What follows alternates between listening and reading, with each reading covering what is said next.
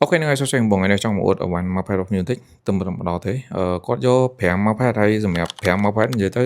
ពណ៌ខុសគ្នាទាំងអស់ហ្មងដូចសឹងតែខ្វះតែ2ពណ៌ទៀតគឺ Entonu យកមកនេះសម្រាប់ Mode Design គឺខុសគ្នាទាំងអស់ទាំងឈ្មោះទាំង character របស់តុក្កតាមួយៗគឺស្អាតខ្លាំងមែនទែនគាត់ design ខ្លួនឯងហើយគាត់ផ្ញើមកឲ្យ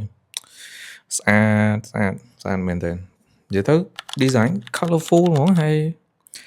sim អីគឺចាញ់មកស៊ីគ្នាស្អាតមែនទែននេះ make work អានេះគឺឈ្មោះអីហ្នឹងគឺថាច្បាស់ស្អាតអត់មាន blur អត់មានបែកភាគអីទេនេះពណ៌ pink នីតាឆ្មាអានេះនេះ Dara Wood នេះខាងតម្រៃជាងថតនេះនេះ Monkel ដាក់រូបស្វាវិញ Monkey នេះ Colbot នេះរូបសត្វអីគេនេះអត់ស្គាល់ទេអានេះរូបសត្វចចជាហៅឈ្មោះជាហៅទៅស្អាតមែនតើមើលពីចង្អែបងប្អូននេះស្អាតហ្មងពណ៌ colorful មែនតើស្អាតណាទៅនេះដូចលក្ខណៈមួយ team មួយក្រុមហ្មងនេះខ្វះតែ2នាក់ទេដាក់ថែម2នាក់ទៀតគ្រប់7 Entonu បណ្ដោយ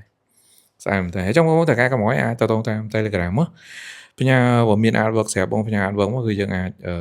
ធ្វើជូនបងប៉ុន្តែអត់មានទេអាហ្នឹងបង select មករូបភាពនៅក្នុង stock មានម៉ាកម៉ូតអីរកពីអ៊ីនធឺណិតបងឆ្លាញ់ម៉ូតអីម៉ាកអីគឺបងអាចផ្ញើមកបានណាឈ្មោះអីហ្នឹងគឺអាច design ដាក់ថែមជូនបង free មកមានគិតលុយពីលើហ្នឹងទេហើយចឹងអាចទៅតាម Telegram Mailpad អរគុណ